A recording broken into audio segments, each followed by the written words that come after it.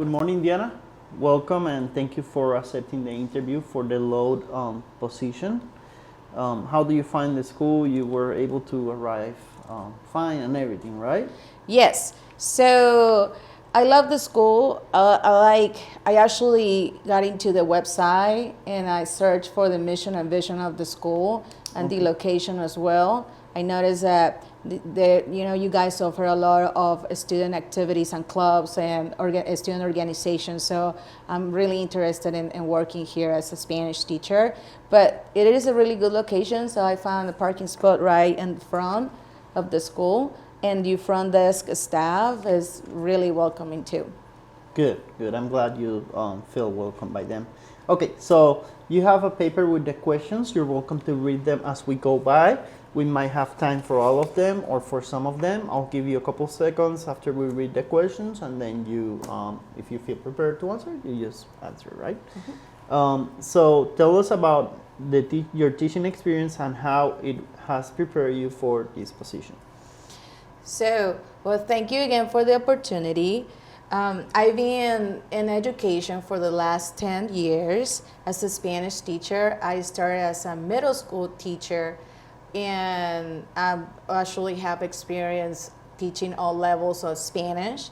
And I had the opportunity to write curriculum for the Spanish department, and I've been able to present different sessions about instructional strategies that will help my team improve in their classroom and their planning and during their PLC conferences.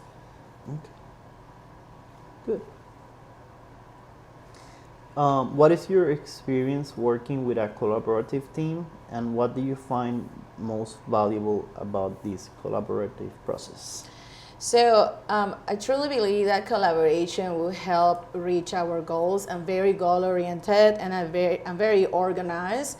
So the experience that I have is I actively participate with my PLC meetings, not only in my level, like my Spanish level or my subject, but also I try to make alignment with other levels. For example, if I'm working with Spanish 2, curriculum or lesson plans, I also collaborate with the teacher or make time to collaborate with the teacher who is, serving the level 3 for Spanish. Or I can, if I'm teaching, I also like to meet with the teacher for Spanish 1, so there is an alignment in the curriculum and students can feel prepared moving from one level to another one. And I think it's very important, the collaboration, because you're able to express your ideas, your feedback, different improvements. Your team stays relevant in instructional practices and research based. We can help each other. When I have the experience to work with my Spanish team and we're sitting working on the lesson plans or analyzing data, we bring student samples, we calibrate the rubric. So all those feedback and evidence of collaboration will help us get the plan more effectively for our instruction and for our students' learning. Good, thank you. Mm-hmm. Next question, how do you utilize the data to improve your teaching and student achievement? So I usually collect data in different ways. I do observations.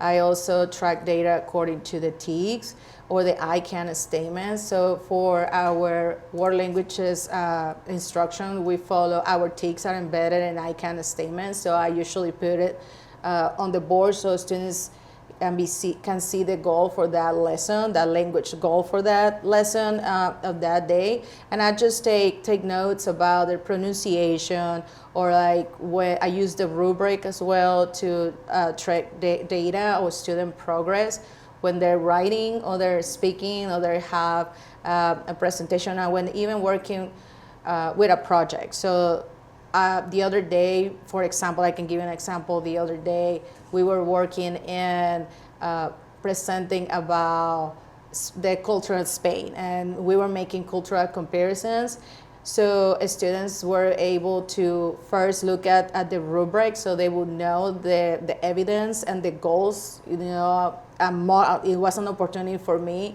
also to model what kind of language goals we were looking for and the outcome. But also when the students were presenting, I was using the rubric and collecting data at the same time. And after that, I would meet with the students and talk about their progress or ways that they can improve.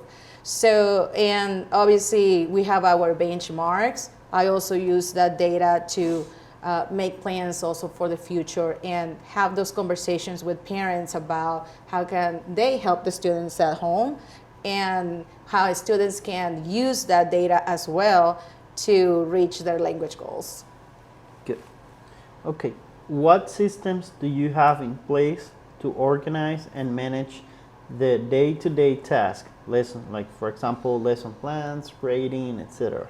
So I follow the to-do list. I have system. I have that. I use technology like a spreadsheet, and I take notes. But I usually follow that to-do list, and I prioritize. I check up every time that I finish with something. I'm usually. Another example that I can give you is folders. I have everything organized with folders. And I would like to explore more about using technology in different systems to keep track of being more organized. That's something that I would like to improve. But that's a good system. To-do list, even like physical ones or using technology is one of the systems that I use. I think they're being very effective. With the lesson plans, when I have to share that with my teams, we usually have the Google folders, and that's where we put all our lesson plans and grading. I use the school expectations and the platform that they want us to use for grading. And most of the times, what kind of system do you guys have here for grading? What grade book do you guys use? Skyward. Okay. We use Skyward. Have you used Skyward before? So a long time ago, I know there have been some updates, but to be honest, I would benefit if I get some training for that platform. Yeah, of course.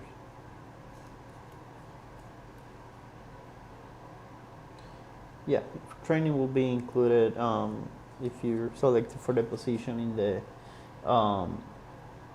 the first days of the school year that the teachers are back. They're gonna receive training in all the system that includes Skyward, how to take attendance and how to do grading and all that. There. Okay. Next question. How would you assist a student who is not progressing academically in your class? What interventions might you put into place for the student? So one of the most important things is starting the school year building relationships with the students and setting up expectations about the language goals in my classroom. They need to know what proficiency level they're going to be reaching at the end of the school year. So if I see a student that is not progressing, I usually utilize data as an evidence and a student progress. So if most of the times I like to use folders like journals or student folders that I put like their student work in there or their assessments in class. So I have one-to-one feedback with the students. I communicate with the parents, but when I see them in my classroom, I would say most of the 30% of the students didn't get a lesson. I would reteach. But if I see that one student is not reaching that goal, I will meet for tutorials with the student. I will reteaching the lesson again. I will gather evidence, but I need to have the specific evidence to target what the student needs to be improving on, helping them in scaffolding. And if I see that the student receives special services like SPED or 504 and is one of those students that's not progressively because I might not be implementing the accommodations or the modifications correctly, I will reach out to the case manager for that student. Good. Okay. Next question. How do you modify, adjust your instruction to meet the needs of your diverse learners in the classroom? When I plan with my team, and we come together with these ideas about how to adjust and differentiate, we bring scaffolding techniques. So, for example, if I see the students need reinforcement in their vocabulary, we come up with chat mats or sentence starters for them to use to actually put together a paragraph. Or they have it's basically a vocabulary list. So I give the students a vocabulary list for them to be using it when they're drafting their essays or when they're preparing for a speaking presentation. So that's something that I feel like implementing as scaffolding strategies will be one of the ways that I adjust my instruction for different learners. Maybe not all of them will need it, right? But some of them would definitely need it. Another example that I can give you also is reteaching and recycling the information. Stations is another example that I can give you. So for example, the other day at school, I was having problems with just a group of students. They were falling behind. We were learning about talking about themselves unit, and they didn't.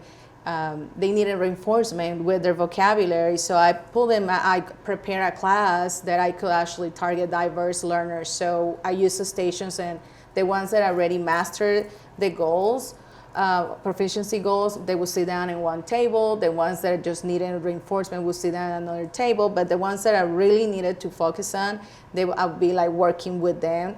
I had another table also with extended activities. So they were using reading, the other table was using listening, and the other table will use writing, and these tables will rotate.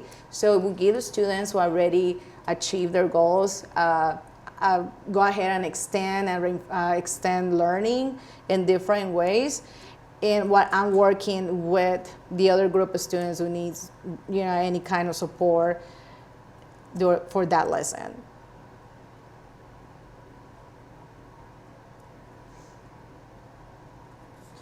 Okay.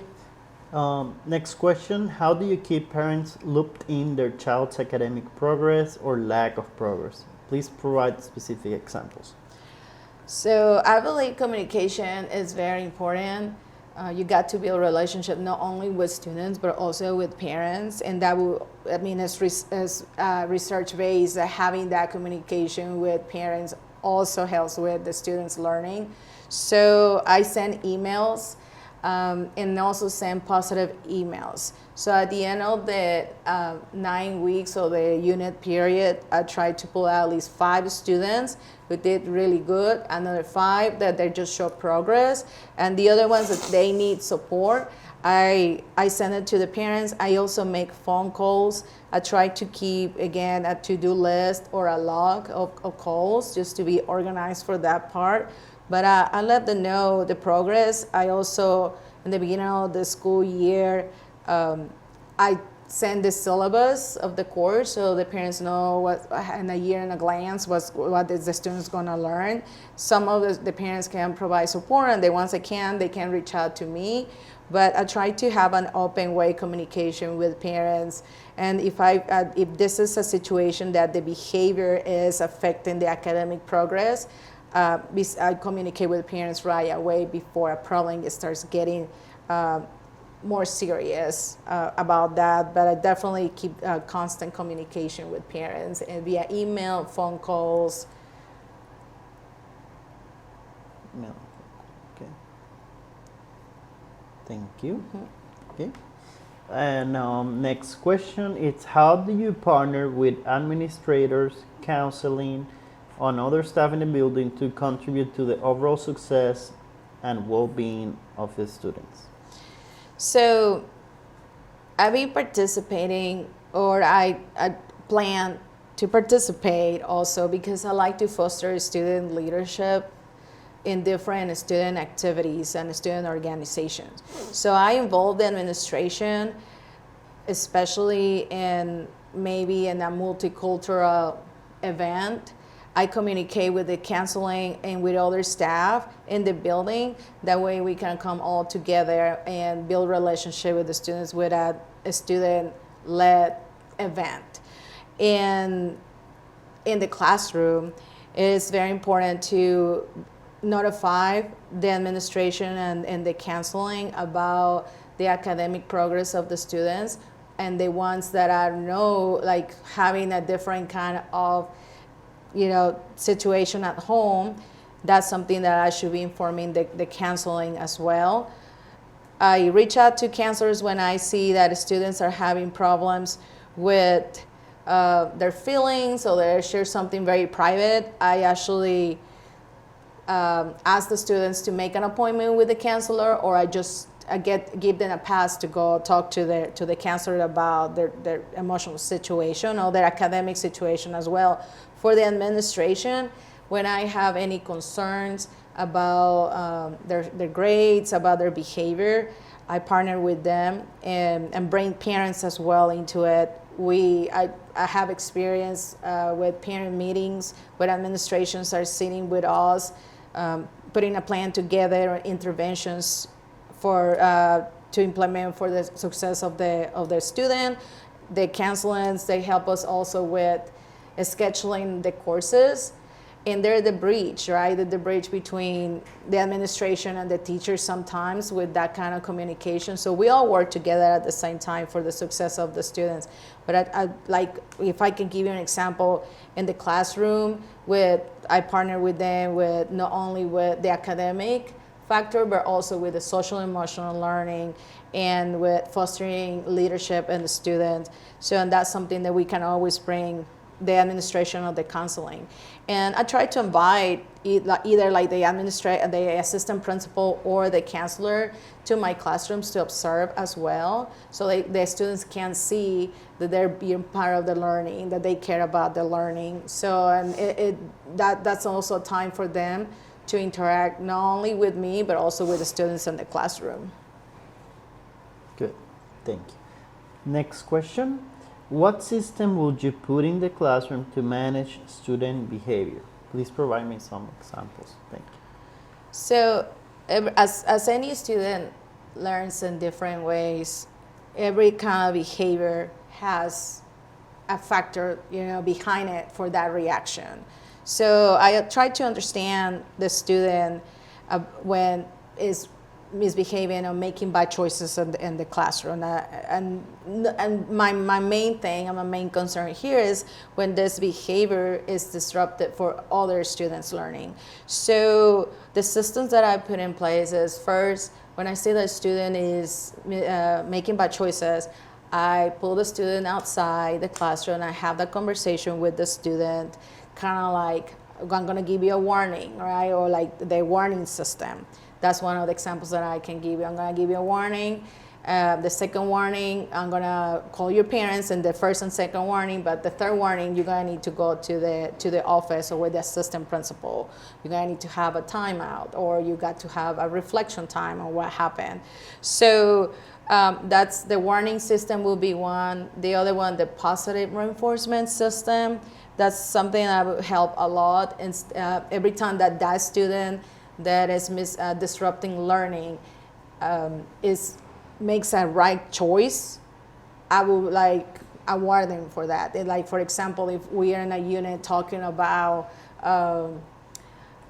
talking about the family and the Spanish, and the student starts making comments, about the family or like inappropriate comments, but then I address that obviously and redirect the behavior.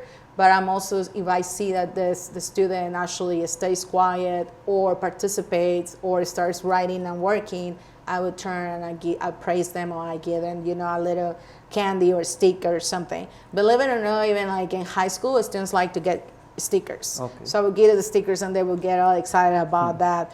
But those are some behaviors, and the communication and partnership with the administration and counseling also helps with that, the behavior. Building relationships is more of preventing something to happen that be, proactive, reactive, right? Like if already the problem is getting into a situation that I will be able to control in the classroom. I try to set preventive strategies. That way the behavior doesn't escalate, in the classroom. Okay. And also let me add about communication with the parents as well, with the behavior. Sometimes just calling home first time that you don't like something is inappropriate in the class or it's not meeting the classroom rules. Calling home and talking to the parents about that, and then asking the parent, help me, give me some advice. What do you guys do at home for the student to follow directions? Kind of like involve the parents also in helping that student redirect the behavior to something positive in the classroom. What are 3 words that your colleagues use to describe you? If you had to identify an area of growth for yourself, what would it be and why? 3 words to describe.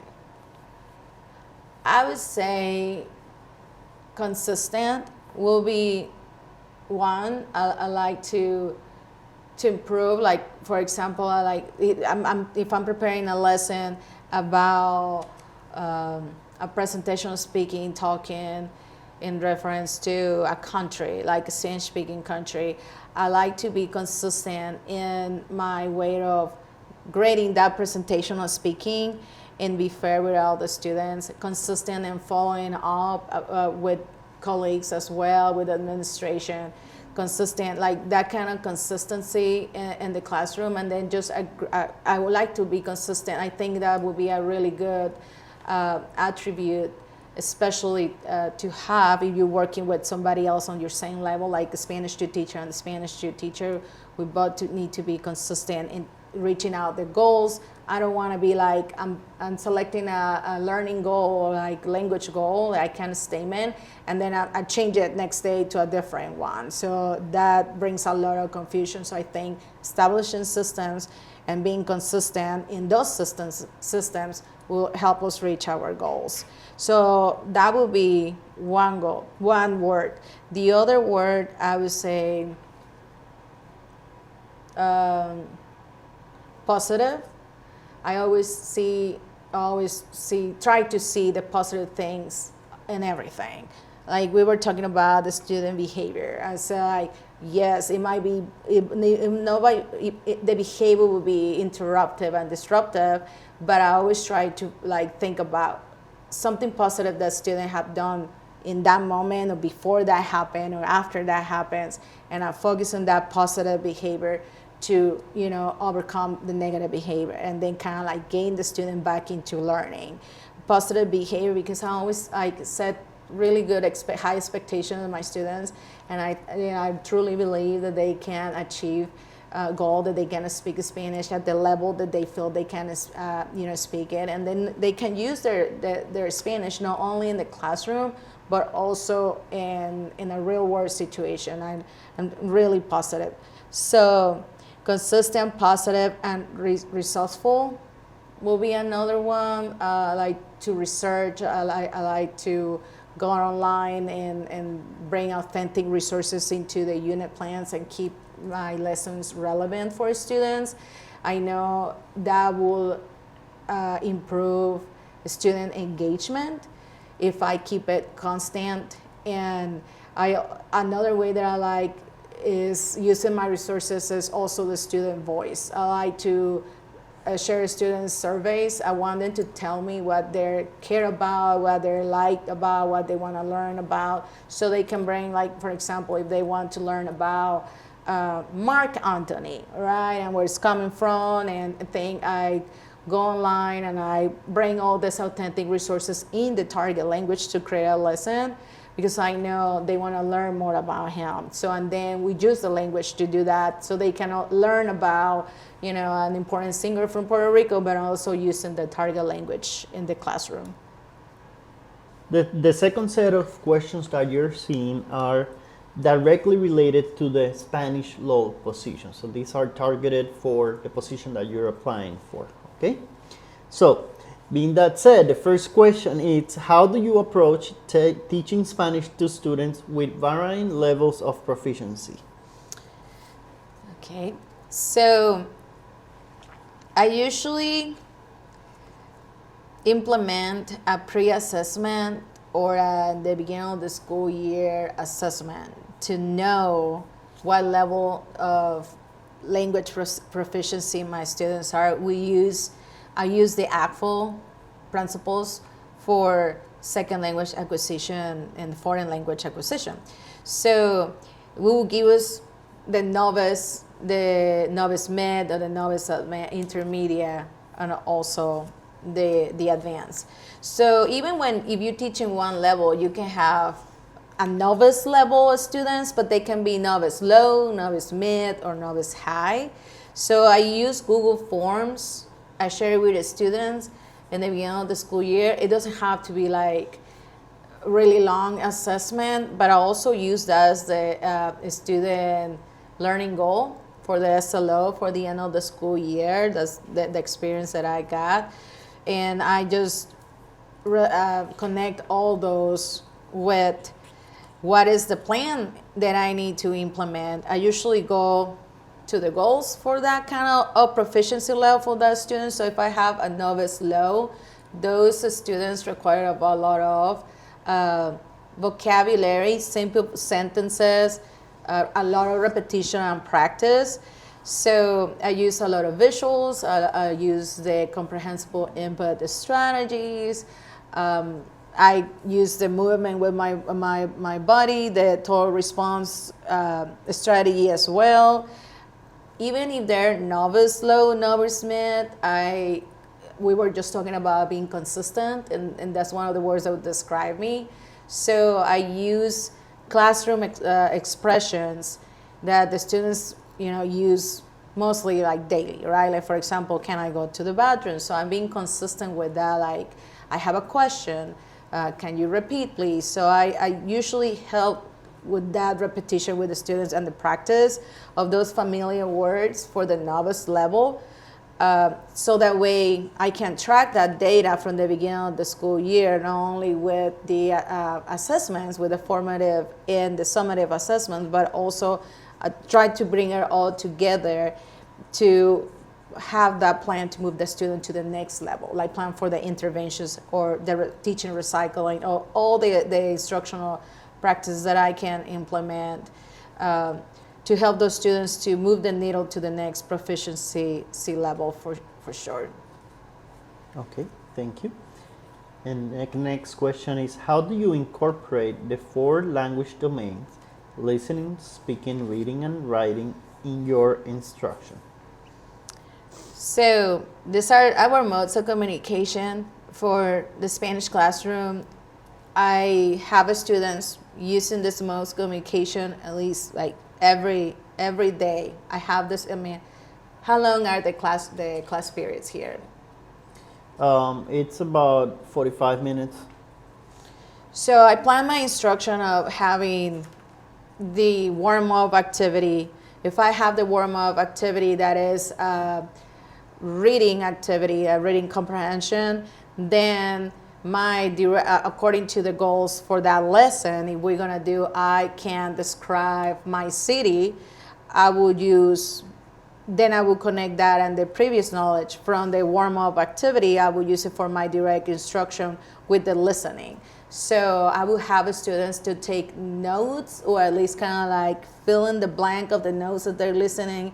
I can be direct teaching, or it can be authentic resource like a video about a city in Peru, and they're describing the streets and the story and the sites, or maybe Machu Picchu, and they'll be taking notes about that. They will bring the vocabulary together to do that writing. And according to the level of students, if I'm in a classroom on level 1, I will ask them to write fill in the blanks maybe with listening comprehension of the words, right, the vocabulary. If I'm in lesson 2, in Spanish 2, I will use the vocabulary and also complete sentences with connectors. But if I'm on level 3 or 4, I will also be more targeting the elaboration and questioning. I need to give me questions. I need to give me examples about, I can statement describing the city in Peru in the target language in Spanish.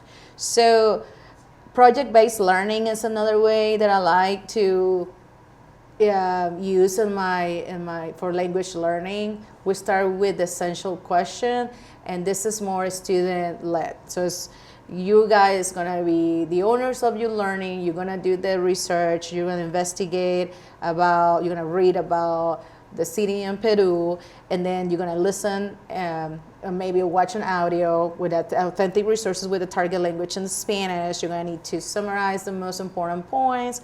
You're gonna write it down, maybe a little essay, and then you're gonna present it in the class. You're gonna let us know how all the learning from that project base goes back to your essential question. So I used to incorporate all those 4 domains, but that's what the students should be doing in the Spanish classroom. They should be listening, speaking, reading, and writing every day. That way we can have proficiency improvement in their language learning in Spanish. Good. Next question is, how do you differentiate instruction for heritage speakers versus true beginners? The level of the resources, the authentic resources for sure. So the heritage speakers also need to have connection with their own culture. Having a feedback from the students about like where they're from and their families also will bring me some information on what are the resources that I could use to bring back to them, so they start learning more, about that specific country or culture. So if most of my students coming from Venezuela, I will bring more, culture from Venezuela, history from Venezuela, all the situation that's going on with Venezuela. And the beginners ones, I will adapt the authentic resource according to the level. So if we're talking about beginners, in the proficiency criteria will be mostly vocabulary again and simple sentences. I would if they're doing a reading comprehension activity, I would chunk the reading into paragraphs or maybe reduce it for like novice level students.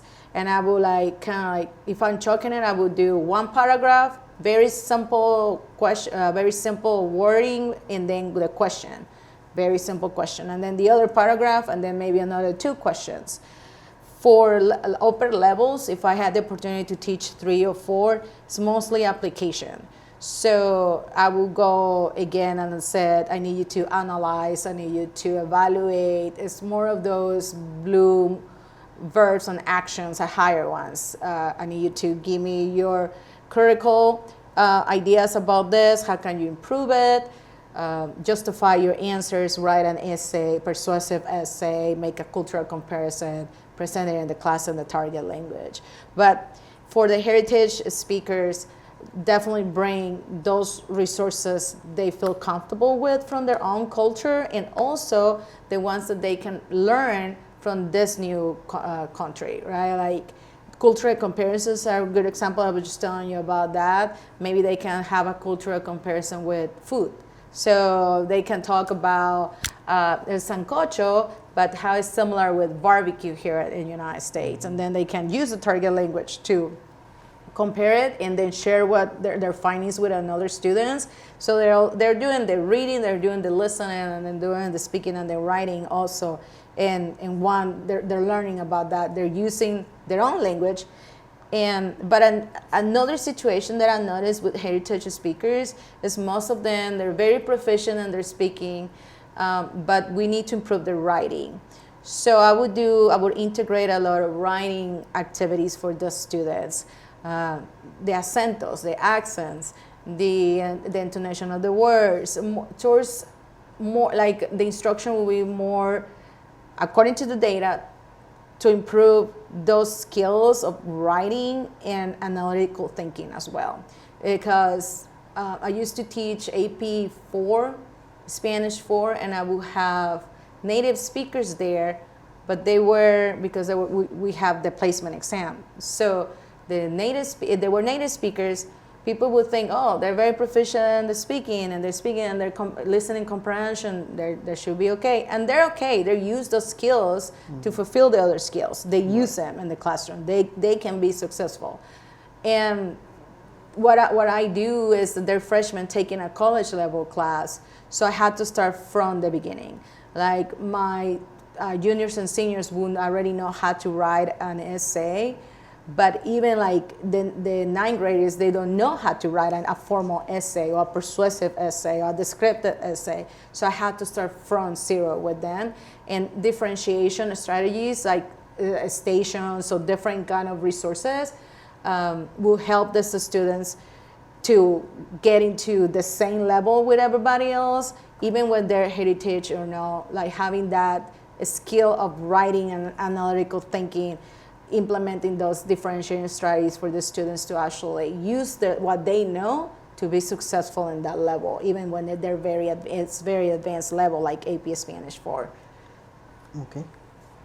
I'm gonna go to question 5 here, which is, can you give an example of a cultural activity or project that you implemented successfully?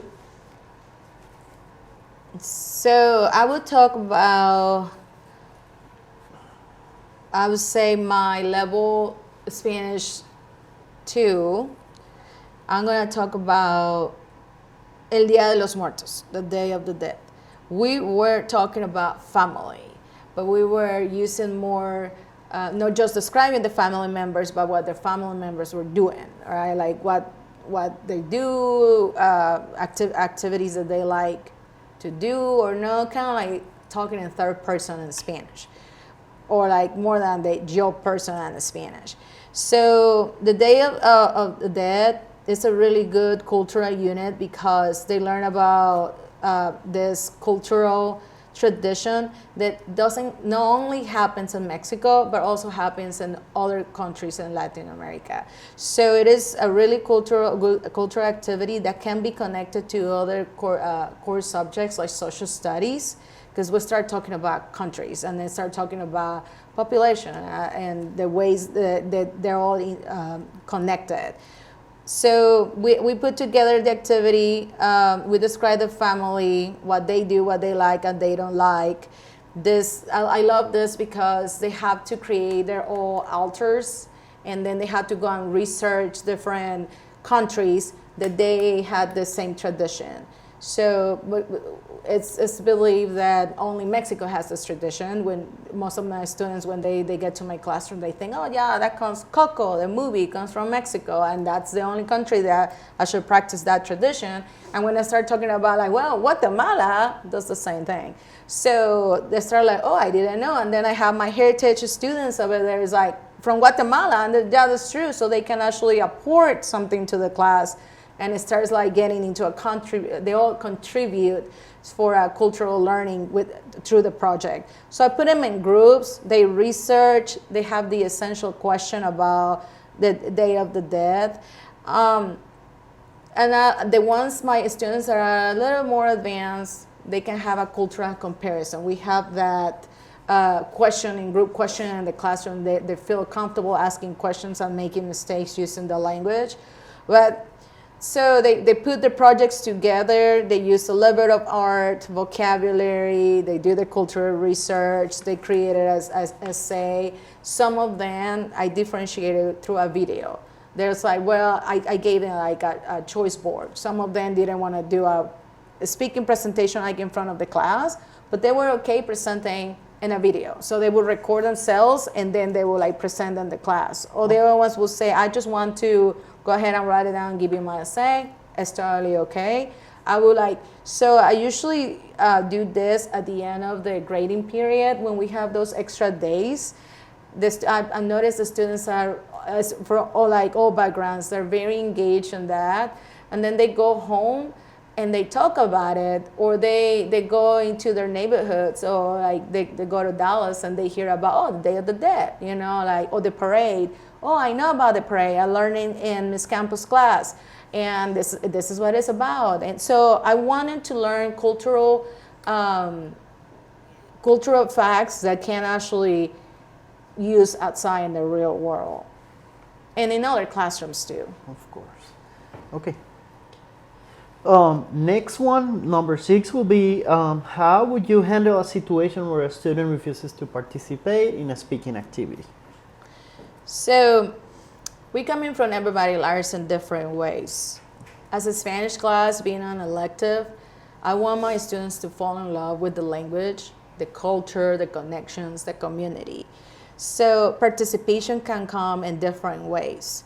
First of all, I need to see, like, if this student has a special accommodation or modification about, according to, maybe it's a SPED student, I will follow the plan, right? Some of my students will say the file for students, some of them like, well, they cannot make a speaking presentation. So I would say, don't worry about it.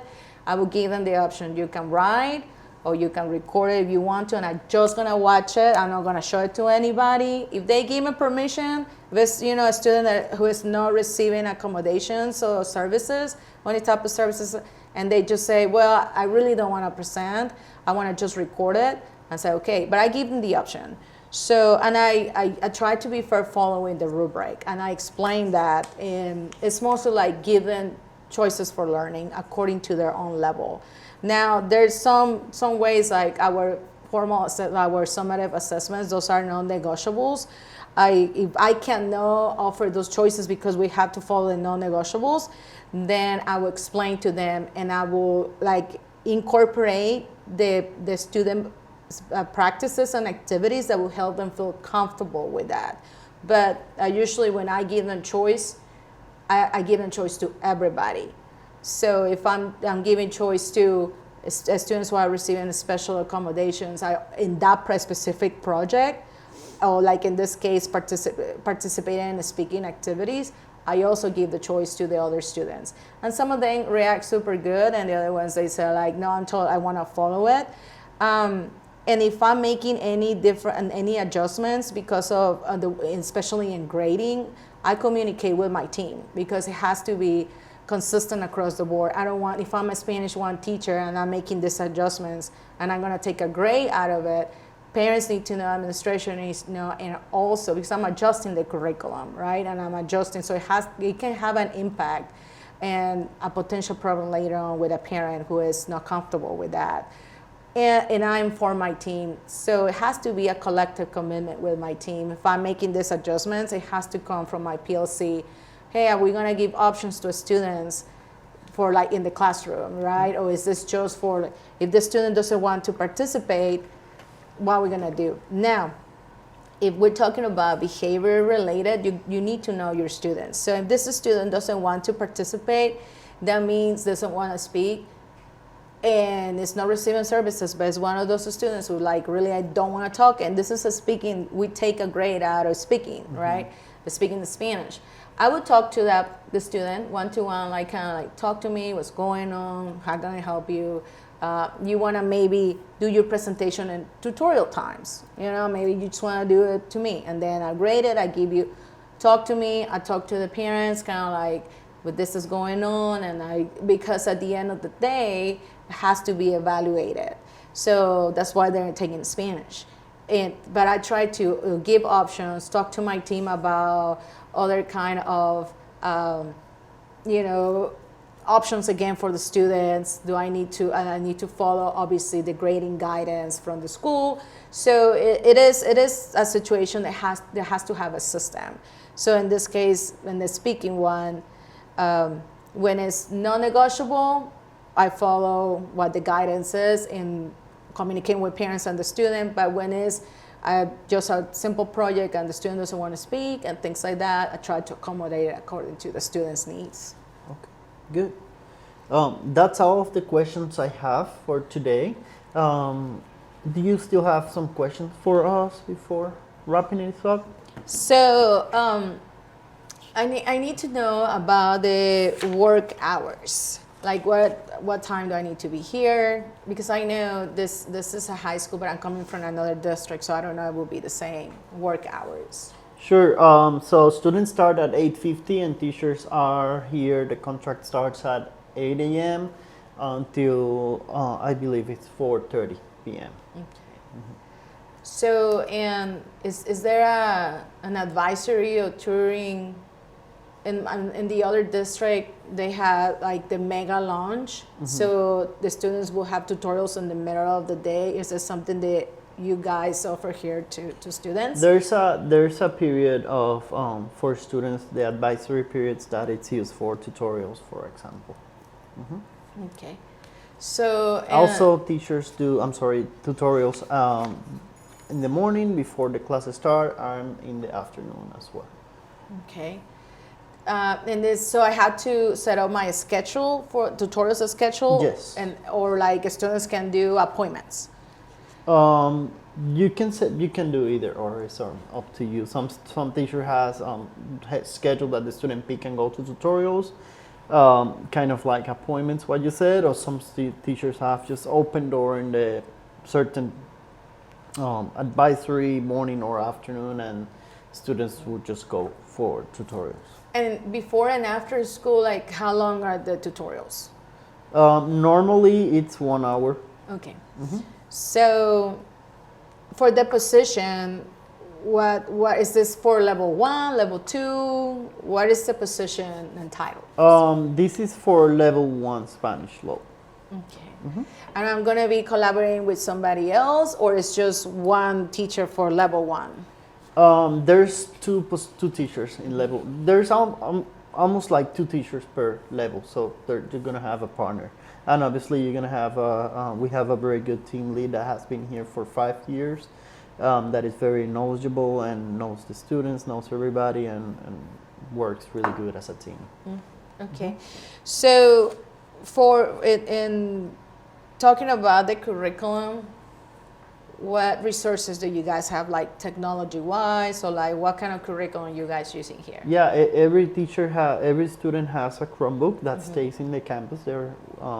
They usually stay. Sometimes they go home for assignments, but there are certain expectations for that. And then we have Plano ISD web desk that includes all the apps that the student can use for learning. And yeah, but it's a 1-to-1 ratio. Each student will have their Chromebook. Some teacher has Canvas, or other teachers have Google Classroom, so you can decide which one to use. Okay. I'm actually like very familiar with Canvas. I used to use the LMS before. I like it a lot. Yeah. So what are you expecting from a Spanish teacher here on your campus? We have a lot of newcomers here in the campus, so what am I expecting, especially what we're looking for, especially in the Spanish 1 class, is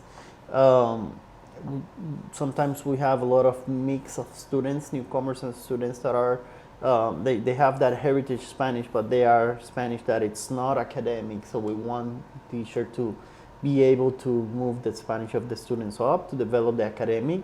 And at the same time, we have students that are native English speakers. So what we expect is that teacher to create relationships and to be able to mix the students, to be able to newcomers establish relationship with students that are not newcomers, if that makes sense. Because sometimes newcomers tend to stay in groups, and we are one whole community, and we want students to get along and establish relationship across, no matter if they're newcomers or if they have been here in school.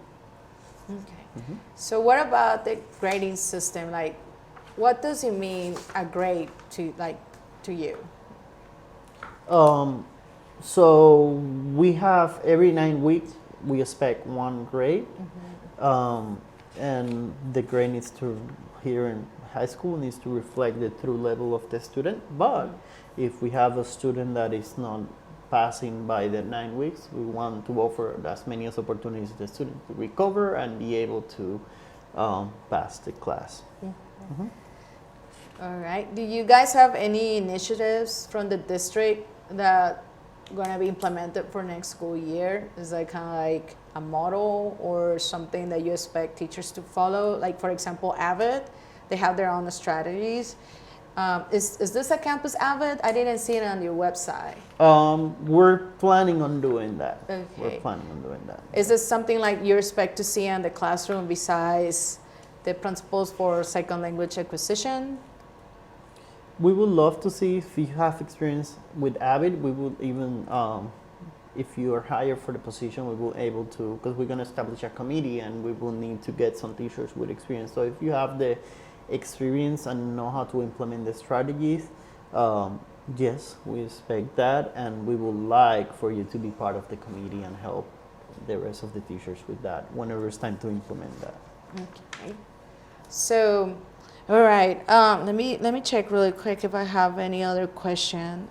Professional learning. Besides the teachers learning and all that, what kind of professional learning opportunities you have here?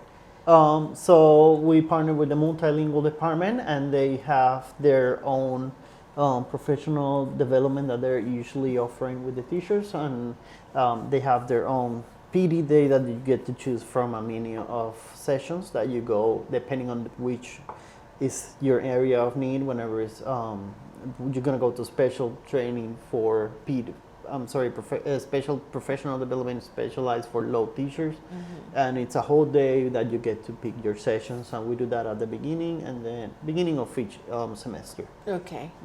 All right. And if there's any other, as long as we have the budget, if there's any other external professional development that you would like to be part of, and it's aligned with your goals and your T-test, we can always look into if we have the budget and send you to that.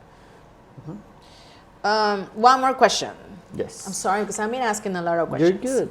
So, the hiring process, how does it work? So, after this interview, is there any other interviews, or like how I'm gonna know?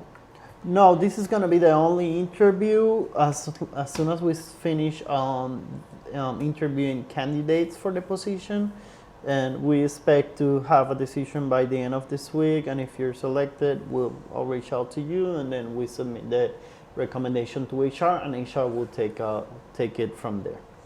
Okay. So, what about? Did you find my application online on the website? Yes. Okay. It's like. Online. What about my references? Are those okay? Yes, they're fine. We're gonna. Like I said, if you're selected after the interview, we're gonna reach out to the references. If there's a reference that we're not able to reach, we will let you know. Okay, perfect. Okay, I think they already filled out the forms, but I'm not sure. Okay. So just let me know. You have my email. So if they haven't filled out, just let me know. Perfect. Thank you so much. Thank you. Thank you for coming. No, thank you. Have a nice day. Thank you. Bye. Bye.